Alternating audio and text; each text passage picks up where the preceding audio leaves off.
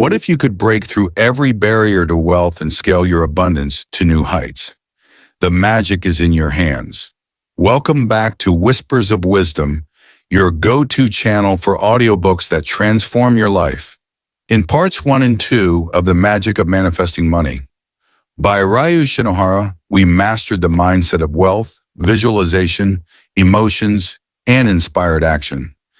Now in part 3, we're wrapping up with the final lessons to overcome blocks, amplify your success, and create a lasting financial legacy. Over the next few minutes, you'll learn to conquer doubts, scale your manifestations, and live abundantly. Plus a challenge of the week and wisdom nuggets to keep you motivated. So grab a notebook, unleash your power, and let's manifest your richest life yet. Stay with me.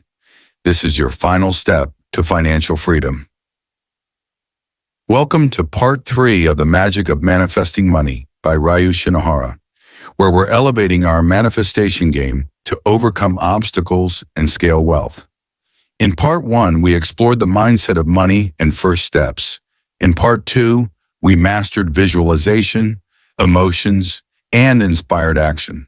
Now, in chapters 9 through 12, plus the final thoughts, we'll tackle blocks, amplify abundance, and build a legacy of wealth. Let's dive in. Chapter 9.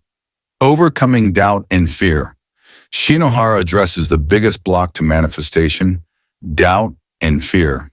He shares a story of a man who visualized a promotion but doubted his worth, and it didn't happen until he affirmed his value daily. Doubt, he says, creates resistance, while fear of failure keeps you stuck. These emotions signal the universe to withhold abundance. He suggests countering doubt with affirmations, like I am worthy of wealth, and facing fear with small risks. For example, if you fear investing, start with $10 in a low-risk fund. Shinohara emphasizes trust in the process, reminding us that setbacks are part of growth. The lesson? Confidence clears the path to riches. Here's a practical step. Identify one fear about money, like I'll lose it all, and affirm the opposite for 1 minute daily. For instance, if you're a student, say I attract money safely. Ask yourself, what doubt can I release? This chapter teaches us to trust our power. Chapter 10, Removing Subconscious Blocks. Shinohara dives into deeper subconscious blocks that sabotage wealth. He tells a story of a woman who grew up with scarcity and unconsciously rejected big opportunities until she used meditation to uncover and release this block. Subconscious beliefs, often from childhood, like money is hard, can override conscious efforts. He introduces a technique. Meditate for 5 minutes, focusing on your breath, then ask, what's blocking my wealth? Note any thoughts or memories and reframe them. E.g., money flows easily to me. Shinohara says consistency dissolves these blocks over time. The lesson? Healing the mind unlocks abundance. Try this. Meditate for 2 minutes this week and note one subconscious block, like I don't deserve more, then reframe it.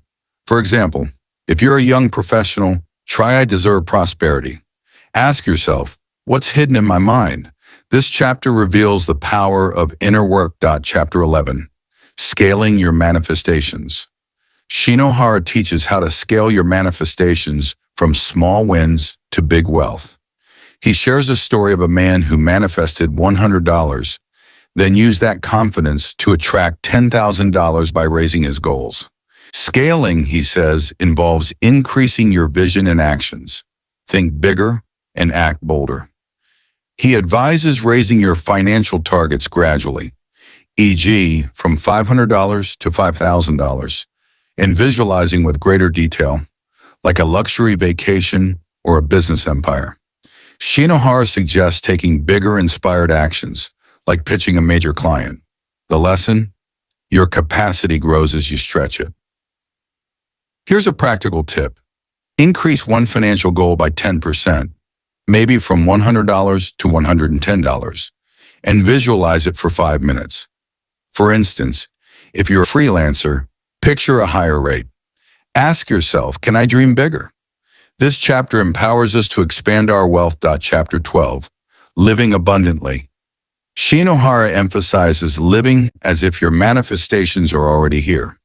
He tells a story of a woman who acted rich, tipping generously and investing small amounts, and soon attracted a windfall. Living abundantly, he says, reinforces your belief and attracts more. It's not about spending recklessly, but embodying wealth's energy.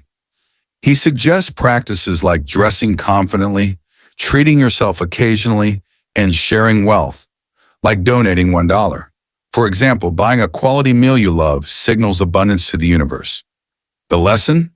Your lifestyle shapes your financial reality. Try this. Do one small abundant act this week, like treating a friend to coffee with your savings. For example, if you're a student, share a snack. Ask yourself, am I living my wealth now? This chapter teaches us to embody abundance. Final thoughts. The legacy of wealth. Shinohara wraps up with a vision of wealth as a legacy, not just for you, but for others. He shares a story of a man who manifested millions and used it to fund education for his community, creating a ripple effect. The final lesson is to manifest with purpose, wealth that serves your life and impacts the world. He encourages setting intentions beyond money, like security for your family or charity, and trusting the process. For example, saving $10 a month for a future donation builds this legacy. The book ends with a call to keep manifesting, knowing the magic never stops. Here's a practical tip. Write down one way wealth can serve others, maybe supporting a friend, and start saving $1 toward it. For instance, if you're a freelancer, set aside a small percentage. Ask yourself, what legacy do I want? This chapter inspires us to manifest with meaning. Now, let's get practical with our challenge of the week. This week, I challenge you to overcome a block and live abundantly. Here's how. Spend 2 minutes meditating to identify one subconscious block, like I'm not enough, and reframe it with I am enough for wealth. Then, do one abundant act, like saving $2 or treating yourself to a small joy. Why this challenge? Shinohara says clearing blocks and living richly amplify manifestation. It's a small step to big abundance. Share your experience in the comments. What block did you release and what act did you take? I'll reply to my favorites. Let's manifest together. Welcome to our Wisdom Nuggets segment, where we share bite-sized insights from the magic of manifesting money to fuel your financial legacy. Here are 3 powerful quotes from part 3. Doubt blocks wealth, trust sets it free. Takeaway, release fear to attract riches. Scale your vision to scale your wealth. Takeaway, dream big and act boldly. Live abundantly to invite more. Takeaway, embody wealth now. That's a wrap on part 3 of The Magic of Manifesting Money by Ryuu Shinohara, right here on Whispers of Wisdom. You've just learned how to overcome doubts, remove blocks, scale your wealth, and live abundantly with a purposeful legacy. Isn't it transformative to see your power? I want to hear from you. What's one way you'll manifest abundance this week? Drop it in the comments. I'll reply to my favorites. If this series changed your financial mindset, hit that like button, subscribe, and turn on notifications for more life-changing audiobooks. Share this with a friend who dreams of wealth, and follow Whispers of Wisdom on X and Instagram for daily inspiration. Keep manifesting your magic and keep whispering wisdom to your soul. Until next time, live richly.